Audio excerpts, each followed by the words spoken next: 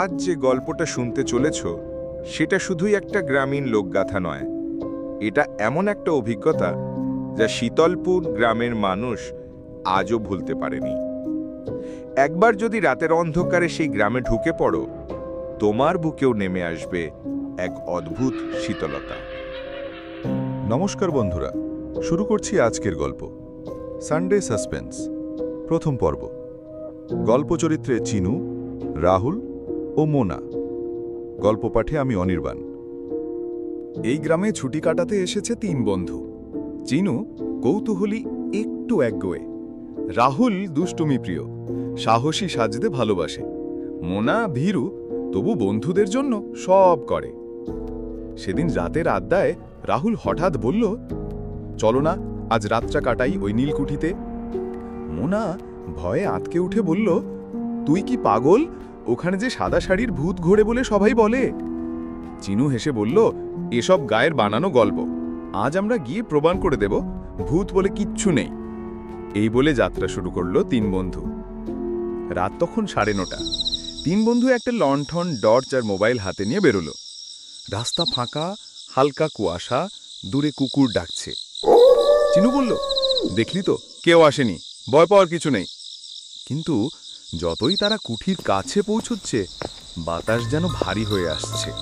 ঠান্ডা হাওয়া কুঠির সামনে আসতেই দেখল, যা, নীলকুঠি অন্ধকারে দাঁড়িয়ে আছে।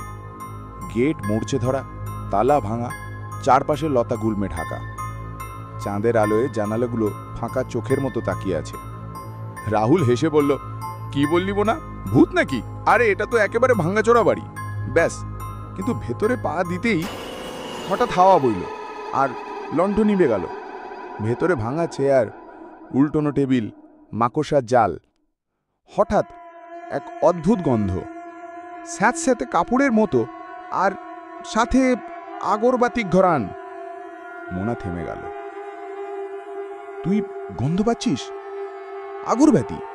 এই ভাঙা বাড়িতে কে আগরবাতি জ্বালাবে? ঠিক তখনই উপরে ভাঙা সিঁড়ির দিক থেকে শোনা গেল ধীরে ধীরে পায়ের খচখচ শব্দ, আর কেউ নেমে আসছে। রাহুল গলা উঁচু করে বলল, কে আছেন? কাকু, মজা করছেন নাকি? কোনো উত্তর নেই, শুধু পায়ের শব্দ কাছে আসছে। তারপর হঠাৎ চিনু টর্চ ধরতেই আলো পড়ল এক সাদা কাপড় ঢাকা ছায়ায়।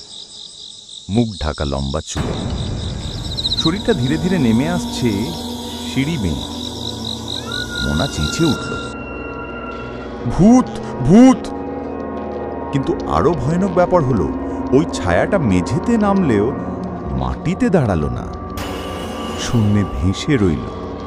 ঠিক তখনই সব আলো নিভে গেল। চারদিক অন্ধকার, শুধু ঠান্ডা হাওয়ার শোঁ শু শব্দ। হঠাৎ সেই ছায়া থেকে বেরিয়ে এলো এক গলা, গভীর, ভৌতিক। কেলে শীতলপুরে! ওনার বুক ধরফর করতে লাগলো। চিনুর হাত থেকে টর্চ পড়ে গেল। 3 জন দৌড়ে বেরোতে চাইল, কিন্তু গেট যেন কোথায় মিলিয়ে গেছে। ভাঙা দেওয়াল নেই, বেরোনোর পথ নেই। কুঠি যেন এক অদ্ভুত গোলক ধাঁধায় পরিণত হয়েছে।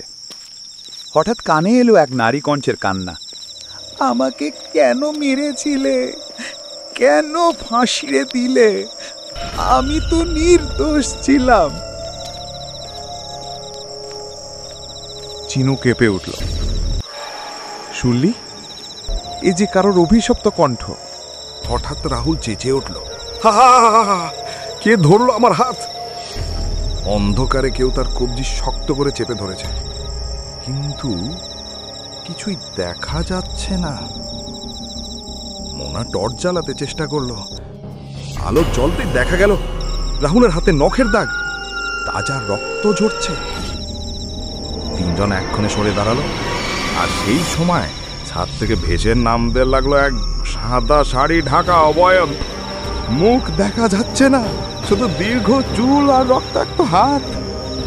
অবয়বটা ধীরে ধীরে ভেসে এলো আর ফিসফিস করে বলল, এখন তোমরা এখানেই থাকবে আমার সাথে।